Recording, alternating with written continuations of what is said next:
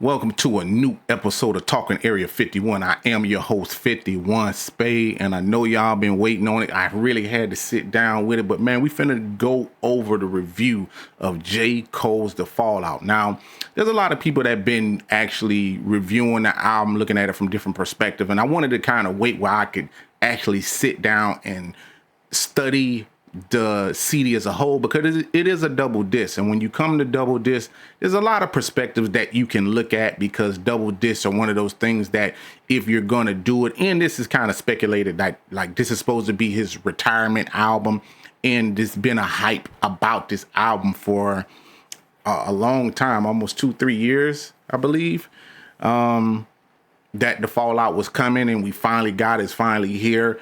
Now I got to put this in perspective. Of course, we all know what happened with the apology and things of that nature. So when this album was announced that it was coming, there was a lot of people that was kind of curious at how J. Cole was actually going to come. There was perspectives and thoughts that even people like Fat Joe was like, I really don't see him the same since the apology. I've had debates with different people. I had my cousin say it'd have been better if he didn't apologize and just took the song off and was like, hey, I just said what I said and didn't say anything. But that didn't happen. We all know what happened. And now is a result of that. The Grammys just passed. Kendrick has solidified basically what he said, that there is no big three, there's only big me. And crazy how that all came into fruition. You know what I'm saying? But with that being said, the Fallout is here. We're going to go over it. Now, the first thing that I do want to talk about is, like I said, it is a double disc. So on this double disc, the disc is called 29. Reason being this is called 29 because this is the perspective of how it was when he was 29. And him coming back home to the Ville, South Carolina, and his career is popping, and just his take on in the space that he was when he was 29. And I think a lot of people missed that, like when it first came out, because we was just so interested to download the information. But I knew that J. Cole is one of those rappers that everything is done strategically. He's not like a regular rapper. He's gonna have thought that's put into this, and that's just what it go. Now on the first disc itself, I'm not gonna say which one I like better than the other. Reason being is because they're from a different perspective of lens, and just like with music, I think that music itself could be mood, like whatever mood you in. Sometimes you might want to hear this song, you might want to hear that song, this and that. So I am going to give my judgment call of how I view it. The intro itself, when it came on, it gave me the feel of the introduction of South Carolina and kind of like the setup of where he was going. And right after that, he jumps into 2-6. Now, the thing about this is, like, I heard a lot of people saying that, this album was kind of made for him in where he's from. I think majority of the time when you're talking about regions and where people rap, I think all of their perspective is from where they are from. I'm from New Orleans. So good example is like when the verses came, I'm going to be more invested to the No Limit Cash Money verses than somebody else, but I'm going to feel it totally different because I'm actually from there.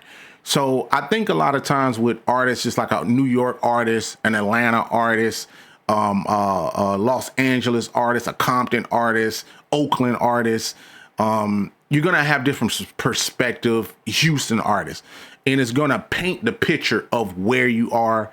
And you're always going to give an ode to home, this and that. So I didn't really have no problem with that. And I'm quite sure the people that's from there is going to feel the song 2-6 totally different than I actually would. But its penmanship sound like it was on point. Now, I will say, like I said, because there was an apology, it's like you're listening with a fine tune now. Because now you're listening to the point where you like, you better not say this, or I really don't believe you. And some of the lines that I feel like before the apology, they probably would have hit a little bit harder. And it's just my perspective. I feel like they probably would have hit a little bit harder, but now I'm kind of looking at it, not with a side eye, but kind of like, all right, nigga, you're kind of getting close to that line where I'm not going to really believe you. You get what I'm saying?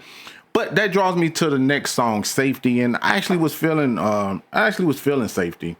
I just kind of like one of those things where I thought it was a good song. And then even when you listen to the song, you kind of like, damn, who is he talking about? Because it is the perspective of, like I said, him coming home and actually saying what was going on, and people that was talking about him and the success that he done had, and people saying like, hey, I wanted to reach out, but you're not a celebrity to me. I still look at you as Jermaine. You understand what I'm saying? And that's a lot of time, that's something that could be difficult for people to come back with, but sometimes you might come back with your chest pumped out like, yeah, I made it. Because I remember thinking, when I tried my hand in the music industry, and this was during a time when they was like, you had to be from either the West Coast or East Coast to really make it. And then Houston started to make it. And then all of a sudden we had a local section, and then New Orleans and Baton Rouge and everything started to bubble. You do have the song with Future, Run a Train. Future's he's just on the hook on that. Not actually giving you a verse, wasn't really mad at that. And that brings me to Poor Thing. Poor Thing, I was kind of like, he uses the boots, he set it off, and he's talking about someone he knew from high school, and that was supposed to be like gangster now, and talking a whole bunch of shit about him and just have his chest pumped out, this and that, but he knew you was that. And my thing with that is, a lot of times is like, especially when like I deal with the music industry, so a lot of times that's why they say it's harder to make it where you from, because people remember you from high school, they remember you from the sandbox, they remember you from elementary. But I think what you don't take into account for is like, people do change, you know what I'm saying? There are things in people's life that shape who they are, and then they become a different person. So I do understand of him calling, whoever he's talking about on that out, like, you gangster now, and you're doing this and you're doing that. But that wasn't what you was like growing up, and even calling him a young pup playing war games. I thought that was kind of really funny. Then you had Legacy with PJ. I love PJ. Is an artist. And just a reflection on the one that got away. I really thought that was cleverly wrote. And sometimes, the thing with J. Cole is like any other artist, and that's one of the things that I do miss a lot of times about hip hop, is like, I think we've lost the art of storytelling. I'm not really mad at that. There was some people that felt like I was looking at other reviews saying, well, I really kind of feel like he just was storytelling us to death. But it's always going to be a complaint when you're talking about rapping and hip hop and stuff like that. You have the female artists, that's all they talk about is sex. And then you hear that concept of that. Damn, you can't talk about anything else. Then you have the drill rappers and the gangster rappers. Damn, all you're going to talk about is killing. So I feel like I understand people are entitled to have their own opinion when it comes to this, but I really was digging the storytelling. I didn't really have a problem with that. And having a reflection of talking about, you could have had a legacy and you pass up on a woman because you wasn't in the right state of mind, and you was in a different place. And now, I'm texting you, you know what I'm saying? And saying like, damn, how you got away from me. And sometimes as men, you know what I'm saying? It's like, that's not really a thing that a man should say, but he's actually saying it, showing his vulnerable side. And then that also ties into like what I was saying about him apologizing, just saying the type of person that he actually is, you know what I'm saying? Even if it's in song form. You had, Bounce Road Blues with Tim's and Future. Now, I actually did like this song, but I am a fan of Future and Tim's. I thought it was cleverly put together. And this isn't going to be like a play-by-play. I'm just kind of going over some of the songs and, just kind of like my thoughts and process of, how I was viewing it as I was listening to it. So I am going to be a little in-depth, but, you know what I'm saying? It is one of those things. But I thought that song was I actually enjoyed it. It was a good laid back. And the thing about J. Cole with DeVille and those type of artists is it's real soulful. It's real grounded, giving you that earth tone sound, kind of like how Outkast had. And because Outkast was so big using that, you can kind of see like the comparison and why he leans on that. But we, South Carolina is the South, you know what I'm saying? So we're going to have a real soulful presence in a lot of the things that we're doing. You had Bombs in the Ville and Hit the Gas. The only reason I'm bringing that up is I liked the second part of that song, not really the first part of it, but the second, but because there is a beat change in it, and it's using the sample of "What's Your Fantasy" from Ludacris. It kind of, when the beat flipped, it kind of caught me right then and there. But then when I actually went back to kind of listen to it, I'm like, yeah, I felt like it was okay. You know what I'm saying? The beat flipped, it helped, but I mean, it was a song that I could really, deal without. And which brings me to the last song on Disc 29, which is Lonely at the Top. And it was a good description of his love for music, and how to cope with the success that comes with it. And then also at the same point in time, like how it changes you, the perspective of how it is when you're gaining success, but then you kind of realize that it is kind of lonely at the top. And I think a lot of times it's not the only time you've heard that from artists, even from artists like Andre, in real introverted type of artist, stuff like that. It's because, you do this thing for the love of the music, which I really feel like J. Cole does. He does it for the love of the music, but fame, fortune, riches, access to things, all of those things come with that. And then who do you hang around with? Because you're transitioning to someone else and you're successful, and like you might get looked at as, people are using you, and then you kind of have a side eye with situations. Then you're so successful that you turn around and you look and you're at the top, but it's lonely at the top. And I think that's the perspective that he took on this, and I was really digging that, you know what I'm saying? So what we're going to do from there is we're going to go on to Disc 39, which is the second disc. And now I will say this, because I mentioned this a little bit earlier as far as like comparison. I will say they are totally different discs, because now that I'm telling you that this one is him at 29, basically coming back from that, and now 39 is be like where he is right now. So the feeling of it is totally different. I like both discs. And honestly, it's going to be a situation for me is like more of what I'm feeling that day. You know what I'm saying? Because on Disc 39, you could hear the different of the transition where he goes, and even he's still storytelling. J. Cole has always been, hard with the pen. The intro comes in for Disc 39. And then, of course, you go through the Fall Off is Inevitable, which he has a video for, which I'm quite sure at this point in time everyone sees. And he's talking about his life. Basically, it's like he's going in reverse. And then you have the Villas, what is kind of like I was saying, like it's an ode to Outkast, that's featuring Erykah Badu, light singing on there, since she doesn't have like a standout part or anything like that, but just in case if you wanted to know what the undertone was, this and that's Erykah Badu singing that. And I wasn't really mad at it, and they use and like it's an ode to the Elevators, me and you, your mama and your cousin too. Like it just gave that soulful feel, this and that. So I actually did like that song. And then you had Old Dogs featuring Petey Pablo, which I thought was interesting because when I really started thinking about South Carolina, it's hard to think about like, or you forget about artists that came out of there, or that's like from that area. And of course, like now, I was like, damn, I was thinking about Petey Pablo. Then look who pops up. Actually, Petey Pablo, and he kind of reminds you of the hook of the helicopter song that he had, and he's doing the actual hook. He doesn't rap on it, but I actually was digging that. You had Life Sentence. Moving us on to Only You, and that was featuring Burna Boy. I thought the song was all right. I'm not particularly like a big fan of Burna Boy, so that's why I said like. But then if you in the mood, and just to kind of let it play. And it's not a lot of skips, but I'm just giving the example that, there are some songs on here that I honestly feel like you can skip.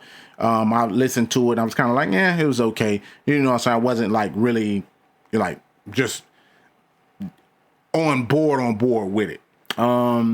And then that brings me up to I Love Her Again, which on this one, I immediately knew what he did with this, because this was kind of like a reliving Common's I Used to Love Her, and kind of the transition that rap is. And he kind of picked up right where Common left off, where he talks about the transition of, in describing how hip hop has kind of moved in the transitions that it did, and the coast that it's moved to, and the things that it's formed into, and even talking about and using basically the same concept as Common, saying, hey, it went to the A, then it went to, you know what I'm saying, the females. And I'm not saying he's saying that verbatim, but I'm just giving the example so y'all can kind of follow along with like what I'm saying, and just the transition of it. And then like just saying like basically, you raised me, which I do feel that way too. Like hip hop basically raised me, but it has had transitions, and it's, like I said, it's really the same concept that Common was saying. Like, yeah, it was in the East Coast, it was born there, then it went into the West Coast, then it got turned out by gangster music, and then him saying like, hey, you went to Atlanta, then you had like the snap music, then you had your drill music, and then you pumped up people to make them feel like a certain way. And the whole concept was of him basically falling out, saying like he felt like he was betrayed by it, but then it turned around saying, you calling me that, but you turned me into a side bitch, saying that you had like love for me. And like I said, it's J. Cole, so he's using the experience that he had, the storytelling, staying in that. And I can kind of see why he used that format, because it makes sense for him. And even talking about that, I understand, because I had a conversation with my homeboy not too long ago, and it's like, for me, I love the rap game, but it's things about it that I do hate. But because I have so much love for it, it's like when I do find an artist that I like, and this is actually the reason why I started this channel, is because once I do find an artist that I actually do like, it's like digging for gold, and I find that one artist, I'm like, damn, here it go. This is hip hop. This is what I love. But then you have the commercial side, the business side of it, and then the things, the silliness of it, and the brainwashing of it, and the corny shit that comes with it. And it's not like how it was back in the day on MTV Raps, where you had like Lords of the Underground, DOS Effects, EPMD, and you had all these different eras, NWA, Public Enemy, and you could just, you know, just soak up all of that. And now it's kind of like everyone kind of sounds the same, and the artist that's fighting to kind of fight through, it's harder for them. And now with the streaming, it makes it even harder, because music's always being released, but you don't even know what's good, what's bad. There's no more 106 in part. It's like a machine, and everything is just churning out real quick. And I think that's kind of the concept of what he's saying. Like, I fell out of love with you because of these things that's actually going on, and trying to make it back into loving hip hop again. But I thought it was cleverly wrote, which moves me on to What If. Now, I heard a lot of mixed reviews on What If. Mainly reason because this is of him telling the perspective of Tupac and Biggie on what would have happened if they would have, and him narrating it from how they felt if they would have looked at it from a different way and kind of squashed the beef and stuff like that. And I heard some people say, hey, you know, I could really lived without it, this and that. One thing I can say is music is subjective, and sometimes things hit, like I said earlier, sometimes things hit a little bit differently depending on where you are. Now, because the Biggie and Pac situation is so big, I understand why people are saying like, man, I don't really feel like that was needed. And I get it. I totally understand. I'm not going to take away from his credibility of making the actual song, but I do understand that it can be overkill with the Biggie Pac scenario, this and that. But I did want to give, excuse me, I did want to give Moray his props from actually doing the hook on that song. I wish he would have used him on a different song, but I don't want to knock that, you know what I'm saying? And then the outro, of course, you know, you had Ocean Waves, where, you know, Cole is actually singing more on disc 39 and showing his vocal abilities. And that's why I said, like, you can kind of see the growth, where on the first disc it's more like lyrical pen, and then the growth of him 39 and where he is the artist right now. But all the way around across the board, I think it is like a good double disc album. I'm not saying that it's bad. I'm not gonna say it's a classic, and I obviously I think it's better double disc out there, but I do think it's a solid project. Do I feel like this is his last album? I don't think so. I think this is, and even if he's saying that, I just kind of feel like, I know he's wrapping up off of Interscope. So I think basically like this is his wrap up of Interscope, and now he's able to produce other artists, do features and this and that. And I think a lot more was expected of J. Cole, because over the last couple of years, when you heard J. Cole on features and stuff like that, he been killing. And then I think with the battle coming up, that kind of fucked shit up for him, because now people kind of really look at him really crazy. But that's the perspective how we're going in. So I really wanted to do a full breakdown of this album. Y'all let me know what y'all think. Hey, man, y'all new to the channel. Hey, like, subscribe, hit that notification bell. We're trying to reach 10,000 subscribers. I really would appreciate that. And we're going to keep this thing going, man. This your boy 51 Spade, man. I'm signing out for Talking Area 51 on the Perry AMG Network. And y'all let me know what y'all think, man. Till next time. Peace.